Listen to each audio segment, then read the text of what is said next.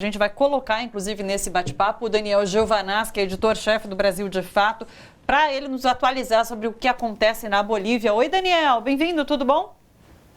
Boa tarde, Thalita. Tudo bem? Como vocês estão? Tudo certo. Evo Morales chegou então ao México, onde vai permanecer em asilo político. É uma grande vitória para Evo Morales, porque, enfim, ele até denuncia que sua vida corria perigo na Bolívia, porque havia até um prêmio ali para quem o entregasse. Então, a gente está num momento importante da história do país. Exato, Thalita. Eu diria que é a primeira boa notícia que chega em relação à Bolívia nos últimos dias, que o Evo Morales conseguiu ao menos preservar sua integridade física em meio a esse avanço do conservadorismo, do fundamentalismo, dessas forças autoritárias que infelizmente predominaram nos últimos dias na Bolívia e acabaram culminando com esse golpe civil-militar lamentável num país que era sinônimo de estabilidade política e econômica nos últimos 14 anos.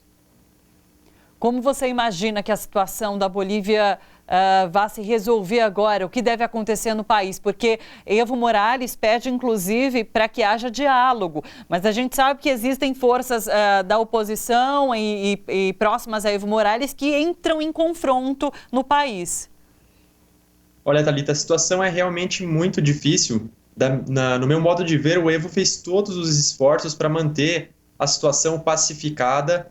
Tudo que a oposição pediu, ele fez nas últimas semanas, desde a auditoria dos votos, até depois de um informe muito ruim, muito frágil da OEA, falando sobre fraude nas eleições. Ele convoca novas eleições, mesmo tendo vencido em primeiro turno, e ainda assim isso não foi suficiente, porque, ao meu ver, essa questão da chamada fraude eleitoral, como a oposição tem dito, é apenas um pretexto para essas forças que pretendem tomar o poder a qualquer custo na Bolívia. Então, como eu disse, no meu entendimento, não existe fraude eleitoral, foi sim um processo eleitoral bastante conturbado, pouco transparente, mas desde o início a oposição boliviana, representada principalmente pelo Carlos Mesa, tem tentado colocar sob desconfiança o Tribunal Supremo Eleitoral. Nesse momento, a então presidenta do Tribunal Supremo Eleitoral está presa. Tentaram emitir mandados de prisão contra o presidente Evo Morales, contra o vice Lineira. Tudo isso agora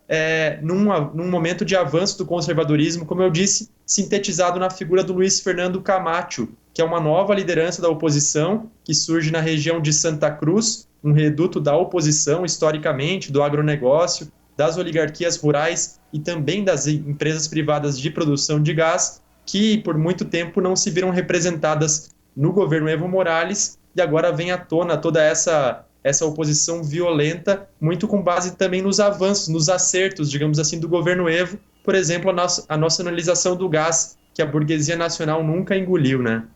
Essas imagens que a gente acompanha são da Telesur, são imagens do momento em que Evo Morales... Agora são outras imagens, mas as imagens anteriores são justamente do momento em que Evo Morales fez um discurso chegando ao México. Essas imagens, isso. Agora, Daniel, a OEA, a Organização dos Estados Americanos, pediu a realização de uma nova eleição no país. Você vê a possibilidade disso acontecer?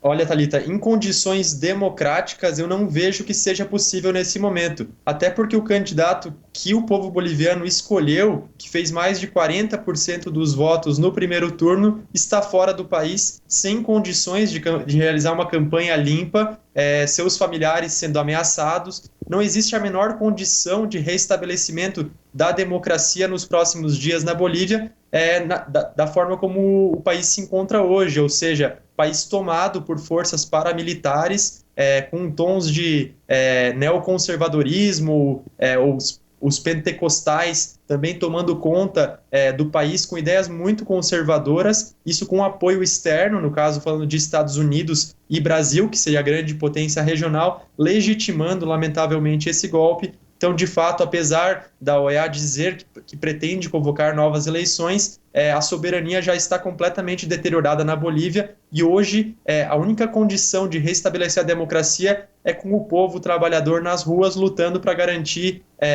o retorno de Evo Morales de maneira justa, até porque a gente sabe que ele não cometeu nenhum crime. Essa questão da irregularidade nas eleições é baseada em um relatório extremamente frágil, está sendo questionado inclusive por centros de pesquisa nos Estados Unidos. Então, de fato, é apenas um pretexto para o restabelecimento das forças que sempre comandaram a Bolívia, até 2005, por exemplo.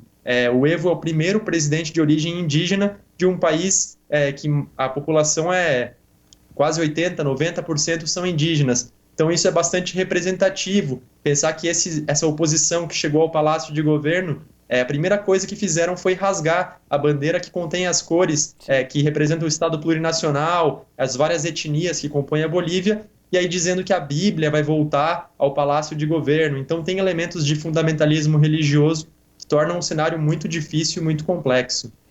Puxa vida. Daniel, muito obrigada pela participação, obrigada por trazer esses esclarecimentos aqui para a gente. Obrigada, Daniel.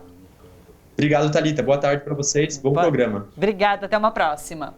Olha só, você que curte a TVT e quer contribuir com a gente para que a nossa programação chegue cada vez mais longe, se inscreva no nosso canal do YouTube /Rede TVT e torne-se membro. Ou então faça a sua contribuição em nosso Catarse. É só acessar catarse.me/TVT. A gente agradece.